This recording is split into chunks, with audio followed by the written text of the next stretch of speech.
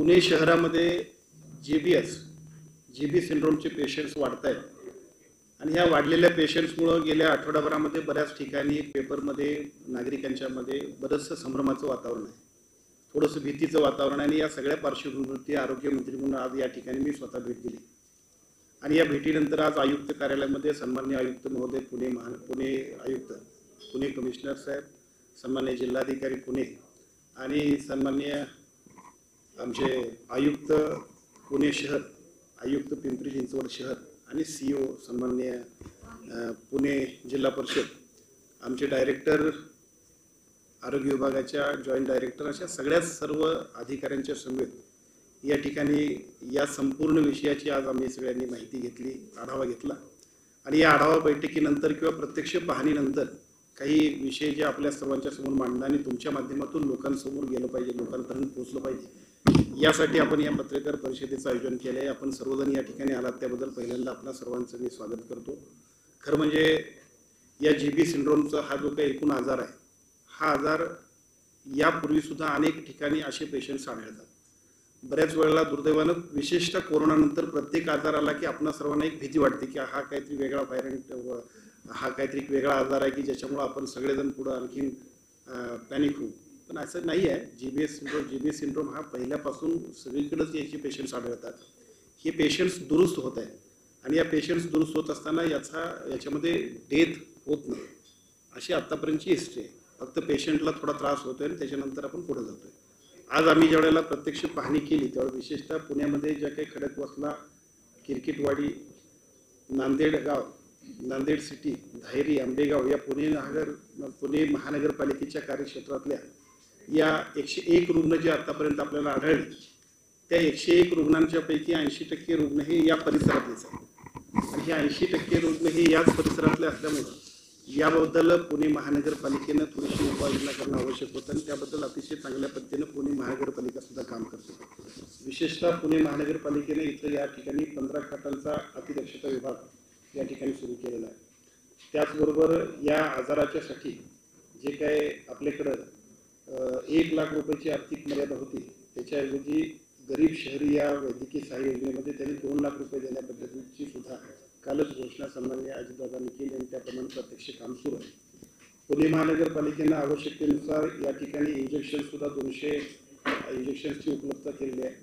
त्याचबरोबर या ठिकाणी कुठलीही समस्या येऊ नये म्हणून नोडल अधिकाऱ्याची नियुक्ती केलेली आहे.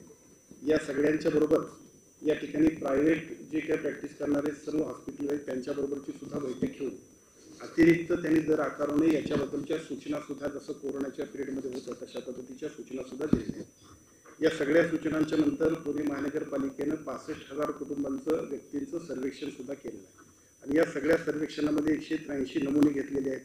FDA मार्फत सुद्धा याची तपासणी केलेली आहे.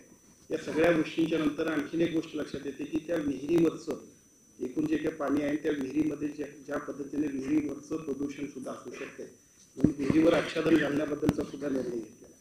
थोडक्यात या विहिरीवरच्या आच्छादनाबरोबर 12 लिकेजेस जी आहे ती पाणी पुरवठ्याची ती सुद्धा दुरुस्त करण्याबद्दल तात्काळ कारवाई करून त्याचं प्रत्यक्ष काम सुरू करण्यामध्ये अतिशय गतिमान पद्धतीने ही सगळं काम सुरू होईल.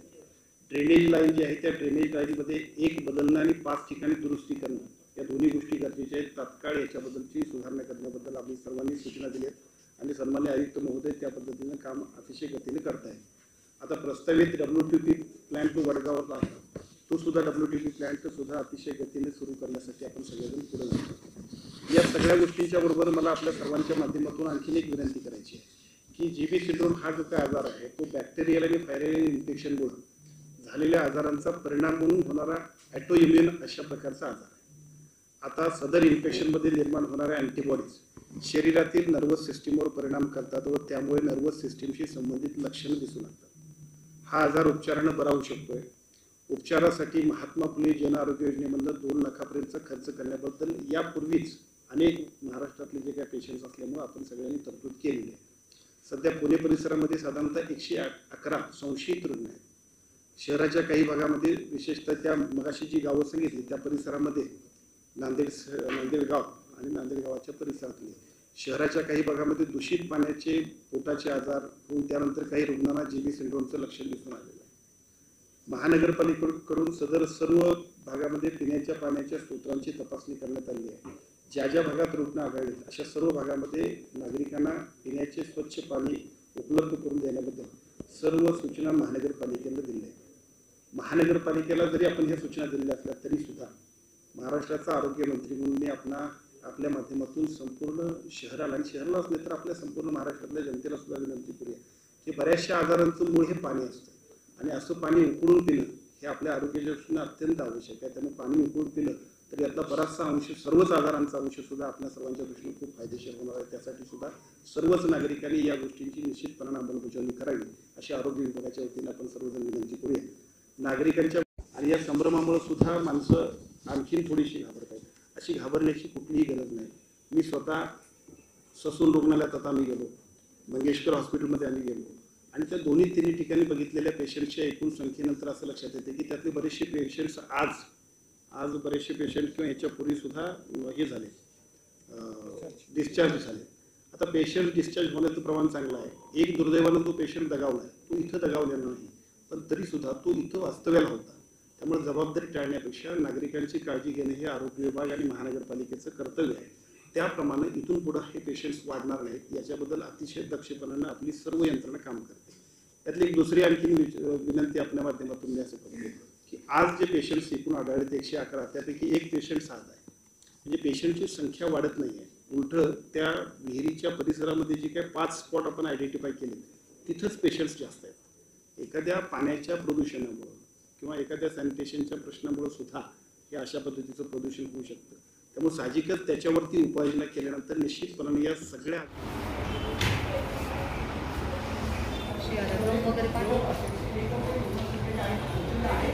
ह्याला ऑक्सिजन वगैरे पडते का पेशंट? काय म्हणजे ते फुफ्फुसाला इन्फेक्ट करतं?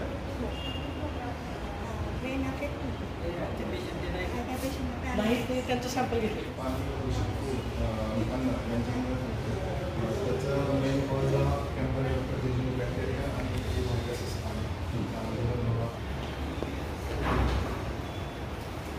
कापसे